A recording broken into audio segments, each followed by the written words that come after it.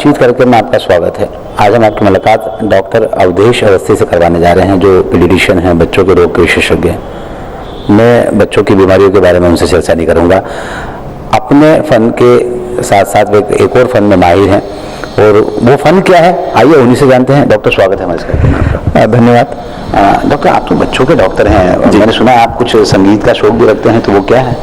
मुझे बचपन से संगीत का शौक है और मैं बांसुरी बजाता हूँ। अच्छा। और बांसुरी आमतौर पे आपने सुना होगा लोग मुंह से बजाते हैं, कुछ अलग करने की चाहत में मैं नाक से बजाता हूँ बांसुरी। क्या बात है। तो सब कार्यक्रम में बातचीत का सिलसिला बाद में जारी रखेंगे, लेकिन सबसे पहले डॉक्टर अवधेश अवस्थी नाक से कैसे बांसुरी बजाते हैं उसका आनंद लीजिए आप। जी हाँ, देखिए मेरे पास बहुत सारी बांसुरियाँ हैं, इसमें से ये बहुत छोटी बांसुरी है, पीडियाट्रिक बांसुरी में इसे बोलता हूँ। अच्छा, पीडियाट्रिक मैं आपको बताता हूँ, पीडियाट्रिक मतलब जो पीडियाट्रिशियन होते हैं वो बच्चों के डॉक्टर होते हैं, और आप ये डॉक्टर अवधेश अवस्थी की बांसुरी का साइज देख लीजिए, बहुत छोटा है।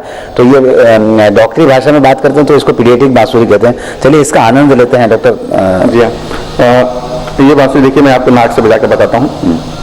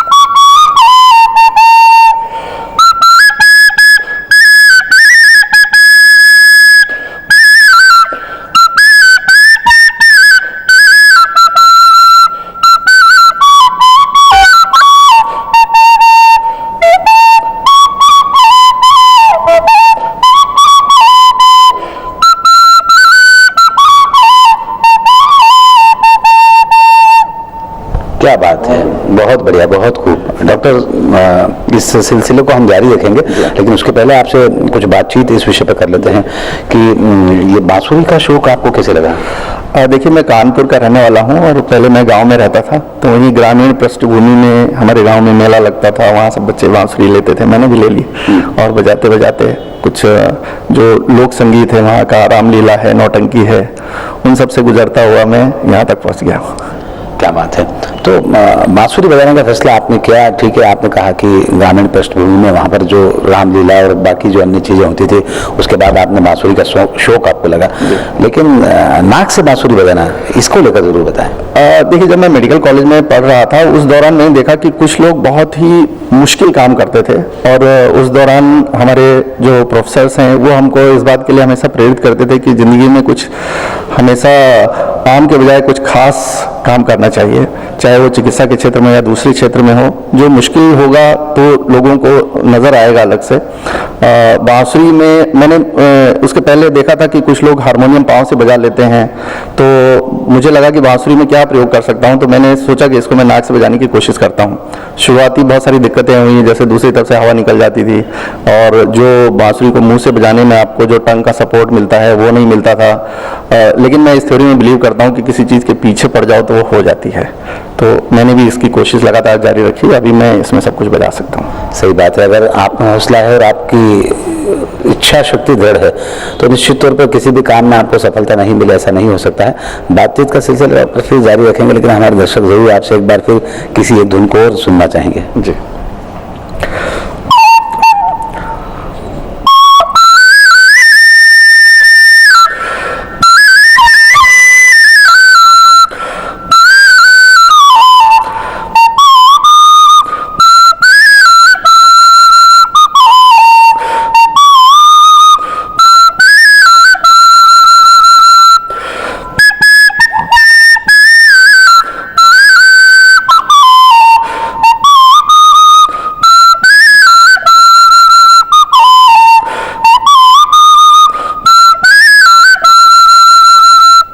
क्या बात है, केसरिया बालम पधारो हमारा देश, क्या बात है, बहुत खूब।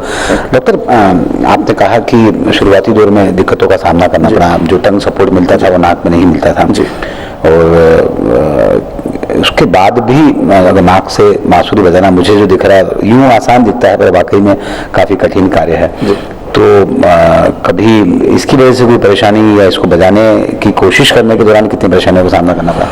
नहीं, मुझे तो परेशानी नहीं आई। थोड़ा सा मुझे जो मेडिकल नॉलेज है उसकी वजह से थोड़ी इसमें मदद मिली। जैसे कि जब आप यहाँ पर इसको बांसुरी को रखते हैं तो आपको सीधे यहाँ से यहाँ तक, गले के यहाँ तक रादर कोई दूसरी हेल्प नहीं मिलती है।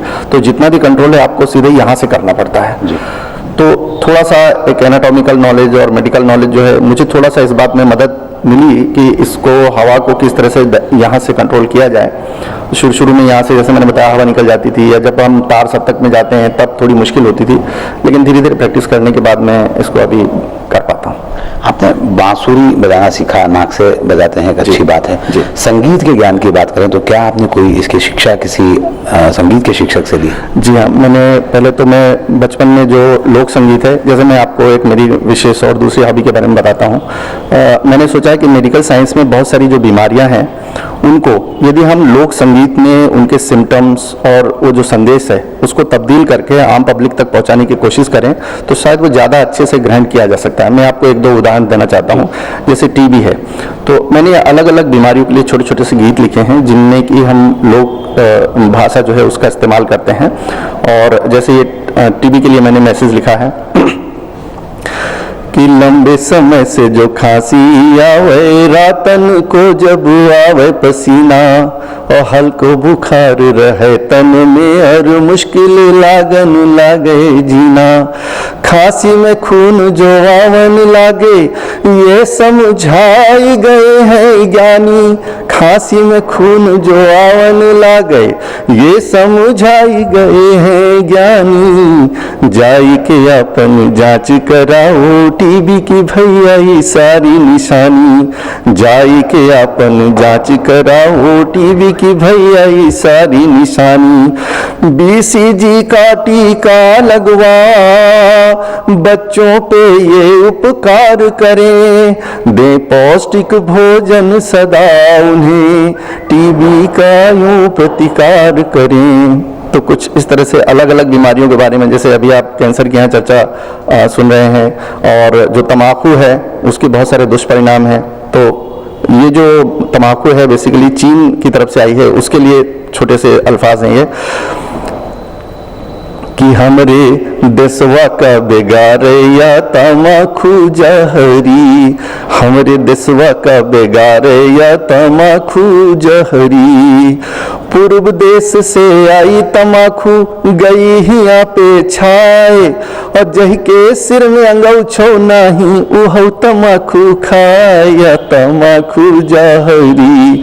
हमरे देशवा का बेगारे तम्बाकू जहरी। मुझे लगता है कि शायद इस तरह से लोक संगीत में सरल शब्दों में बीमारी के बारे में जन जन तक पहुंचाया जाए अगर, तो जो हमारा ग्रामीण परिवेश है जिसमें कि इस तरह का संगीत ग्राह्य है, तो वो लोग जो है इसका ज़्यादा लाभ ले सकते हैं। तो मेरी कोशिश है कि जो खास तौर से कैंसर की जैसी बीमारियां हैं और जो उनके कारण हैं, इनको गीतों के रूप में तब्दील करके जन जन तक पहुंचाया जाए, ऐसा मैं प्रयास कर रहा हूँ। क्या बात है। देखिए डॉक्टर कितने सारे फन में माहिर है, आपने सुना। बच्चों का इलाज तो करते ही हैं, पीडियाट्रिशियन है, पीडियाट्रिक बांसुरी इनके पास है, छोटी सी बांसुरी है जिससे नाक से बजाकर इन्होंने अपनी कला का प्रदर्शन किया। लोकगीत के माध्यम से बीमारियों के प्रति जागरूकता फैलाने का कार्य करते हैं। डॉक्टर, चलते चलते अंत में एक अच्छे से गीत के साथ इस कार्यक्रम को खत्म करना चाहते हैं। जी, मैं आपको मुँह से भी बता के इसको बजा के बताना चाहूँगा।